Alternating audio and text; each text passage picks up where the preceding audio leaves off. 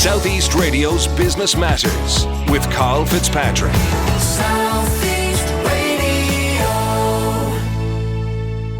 Well, my final guest this morning, Alex Pang, believes that employers have nothing to lose and only time to gain by introducing a 4-day working week. His book Shorter, Work Better, Smarter and Less promotes this very concept. Alex, you are the founder of Strategy and Rest, a consultancy firm which helps companies to harness the power of rest to shorten the workday. So fundamentally, how do you believe that people can work less but actually get more done? Thanks for having me. It's great to be with you. Well, there are studies that show that we've actually become quite a bit more productive in the last 20 or so years, thanks to new technologies, the internet, and so forth. The problem is that we have also become, in our offices, especially open plan offices, a lot more distracted. And so when you add up meetings, multitasking, bad processes, there are estimates that people waste up to 2 hours of productive time every single day. So basically, the 4-day week is already here. It's just buried under this rubble of bad management and sort of Facebook checking and interruptions. So if you can clear that away, you can actually go a long way getting to do 5 days worth of work in 4 days.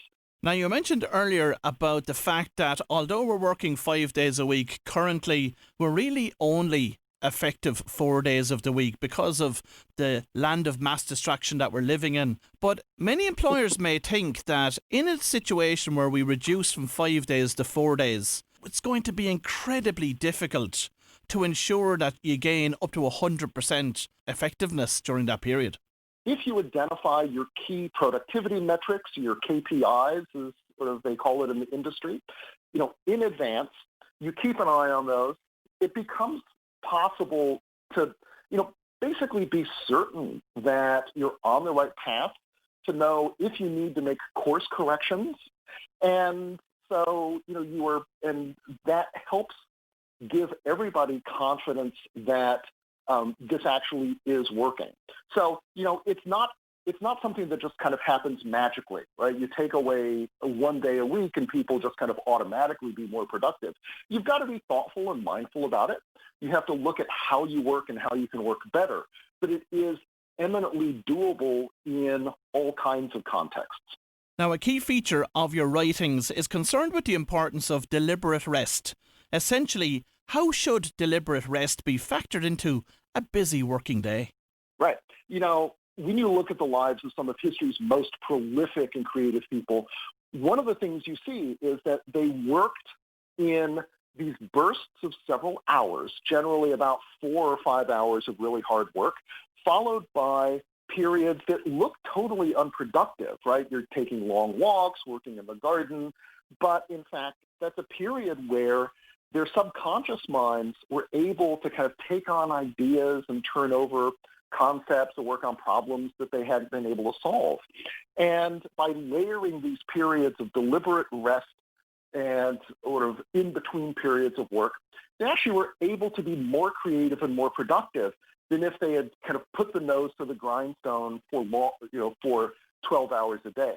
And so figuring out how to create schedules of that sort is one of the important things that you can do both personally if you're working at home, but also it's an incredibly powerful thing that companies can do together to give everybody more time and help them be more productive. And do you think that your realization about the need for deliberate rest was born out of your own experience? Oh, absolutely. I have worked as a technology forecaster and consultant in Silicon Valley for close to 20 years. And I went through my own period of burnout, of being, always one project behind, of feeling like, this ought to be great work, but I just can't really sort of get into it the way that I used to. And I had a chance to sort of take a break and kind of step back. And it was in those few months that I discovered that I was being incredibly creative and productive, but I didn't feel the kind of constant time pressure that is just part of life here. And it started me thinking and put me on the path to realize the importance of rest generally and deliberate rest in particular in helping us do the kinds of work that we want to do, both as individuals, but also as organizations and as economies. Now, there is an argument that through advancements in technology, we've almost become slaves to our devices, thus making it harder to switch off. In Ireland at present, we are set to introduce guidelines which support the right to switch off. But in reality, how do we overcome the compulsion to access work after hours and to instead achieve the rest that we need? A big component of this that is social or normative, right? We're online because other people are online, because we need to check our mail to see if there is a message from the boss. And once it's clear that you have rules that say that, people, you're not going to get business mail after X o'clock, that goes a long way to helping us move past this stage where we are constantly interacting with our phones because we have no choice. And what if we can begin to develop a better, healthier relationship in which we are in charge of our devices rather than the other way around? And Alex, I know that you're also an advocate for deep play. What is deep play and what benefits can it deliver for both employers and employees? Right. So deep play is really serious hobbies that often are, time-consuming or sometimes even physically dangerous, but which very busy, very productive people engage in anyway. And the thing about deep play is that, very often people who are super obsessed with their work, who are very ambitious, have trouble switching off. And one of the things about these serious hobbies is that it gives them it is something that is almost as compelling and competitive with their work, so that it affords them sort of a break from the job. At the same time, a good hobby has some of the rewards that maybe you like about your job, right? But it's the same kind of mental satisfaction of solving problems or helping other people, but in a very different kind of context, maybe with sort of lower stakes or achievable, very quickly rather than over a long period. And so the virtue of that is that it helps us remind ourselves of what we love best about our work, even when it gives us a break from it. And I think this is good for employers because deep play is one of these things that allows us to recharge the mental and physical batteries that we spend working and helps us have longer, more sustainable careers. In your latest book, Shorter, you share the stories of entrepreneurs and corporate leaders from all over the world who have effectively reduced the working week without compromising productivity. Essentially, how did they achieve this? They do a few common things. And first of all, they make meetings a lot shorter so that, hour-long weekly meeting becomes like a 5-minute stand-up. And you can save a dramatic amount of time that way. Another thing that they do is they're a lot more thoughtful about how they use technologies. So whether that means turning off the Slack channel for certain parts of the day, giving people permission to ignore email, or using technologies to automate kind of low-level, less interesting tasks so people have more time and energy for the creative stuff. And then the last big thing that they do is they redesign the workday itself to give people periods of uninterrupted deep time where they can focus on their most important stuff. Provide us with some detail in relation to how they achieve success in relation to the implementation of that. Actually, one of my favorite examples is a traditional Japanese inn in Japan. Not the kind of place that you would imagine as a great innovator, but they discovered, like most companies, that they had periods of the week that were in which they did a lot less business than others, and which, if they took off, really would mean they'd lost a little bit of money, but they made up for that loss in in other ways. One of the moving to a 4-day week for them meant that they had more time for professional development, for work, for improving other services, and over the course of several years, they saw their revenues more than double, and they were also able to develop new offerings with things like, wedding services and actually selling the software that they had developed in-house to manage the inn. And these kinds of, and there are in my book, dozens of these kinds of stories of small companies discovering that they're able to, that they unlock kind of creative potential and sort of new business opportunities by working less and sort of, and being more creative with the time that they do spend in the office. In those particular businesses where they introduced the 4-day working week, did they stick with the existing 5-day business hours? There's a mix. So some of them will just cut one day out of the work week, very often a Friday for for obvious reasons.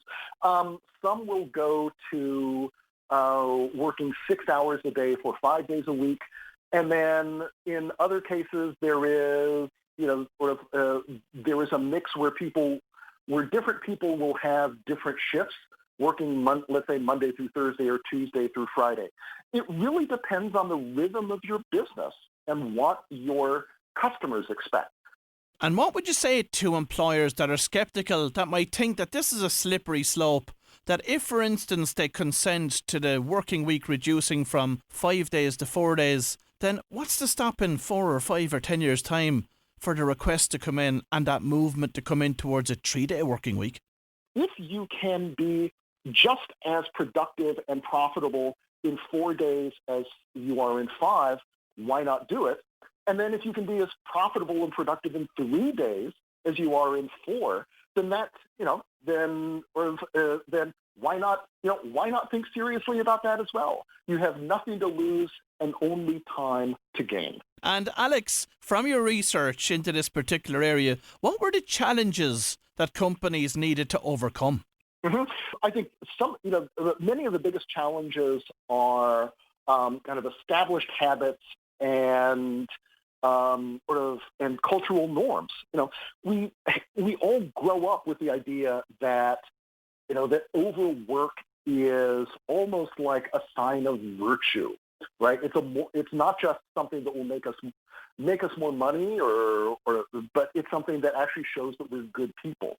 And I think reorienting your thinking so that you don't measure your own worth and your own productivity or those of your employees by how many hours you can stay at the office, but rather by how quickly and effectively you can get through your to-do list.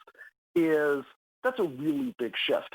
And then I think that that learning how to run meetings more effectively, learning how to use technology better, discovering that it's okay if you redesign the workday to be a little bit antisocial in those times when you need to really focus and get stuff done. Those are all things that take a little bit of adjusting, but people tell me it takes generally about 2 weeks to get into this new rhythm, and then you start to discover that it really, really delivers terrific benefits. And Alex, in terms of KPIs, from the companies that you've studied, did their overtime requests or their need to provide people with overtime increase as a result? The answer is not so far as I can tell.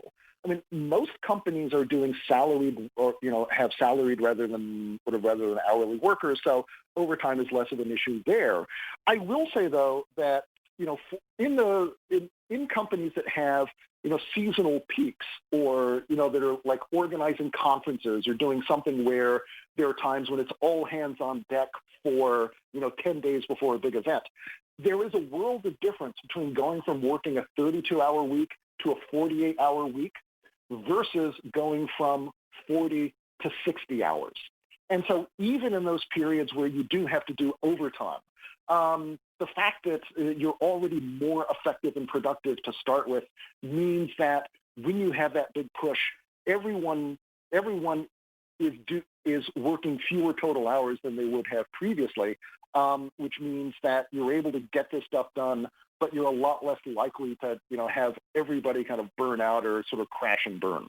And Alex, the predictions for the future of work is that there'll be a rise in the emergence of the gig economy. Of course, that's all about piecework and getting paid for what you do. What type of an impact will that have on this overall concept of the 4-day working week? That's a great question. I mean, I tend to feel that the gig economy is an algorithmicized scam that's designed to extract as much labor as possible from people very cheaply and to make them feel like they are disposable cogs in a gigantic system that doesn't really value them or their labor. So that's the position I'm coming from. I mean, I do think that companies that move to 4-day weeks do often convert a number of positions into a fewer full-time jobs. So I think that we do have to figure out how to sort of make shorter working hours work for everybody. Figure out how to do it in ways that increase rather than decrease employment. And I think that eventually we will have to confront the question of how we want to design labor markets and the economy to either maximize flexibility in ways that work mainly for companies, or whether we want to do it in ways that also offer clearer benefits and a living wage to workers. And Alex, finally, if we look ahead by 5 years to January 2026, do you think that a 4-day working week could be commonplace? And if so, what will drive such a movement? So I think, the movement so far has been driven entirely by, it's been almost entirely in the private sector. So it's been entrepreneurs deciding, I can't work this way any longer. It's actually stupid to keep working hugely long hours, and I can figure out a better way to do it. That is the origin story for most 4-day weeks. I think in the next stage, what we're going to see is greater involvement and greater experiments in the public sector.